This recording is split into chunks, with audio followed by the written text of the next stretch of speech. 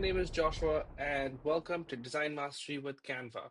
Today, we're going to go over how to create an Instagram post with Canva. Now, we can do it two ways.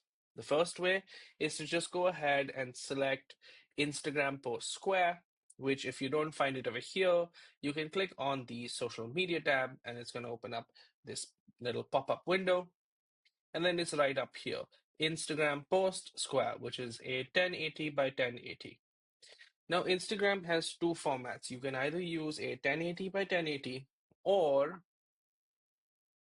you can go to custom size and click on the PX units, switch it down to inches, width as 4, and height as 5. Now, this creates the new portrait layout that Instagram supports. There are many benefits to having your post be in portrait. One, the main one I'd say, is you get a lot more room on your viewer's screen and a lot more area for you to deliver your brand message. So, like we have it, we've got a square and we've got a 4 by 5 portrait.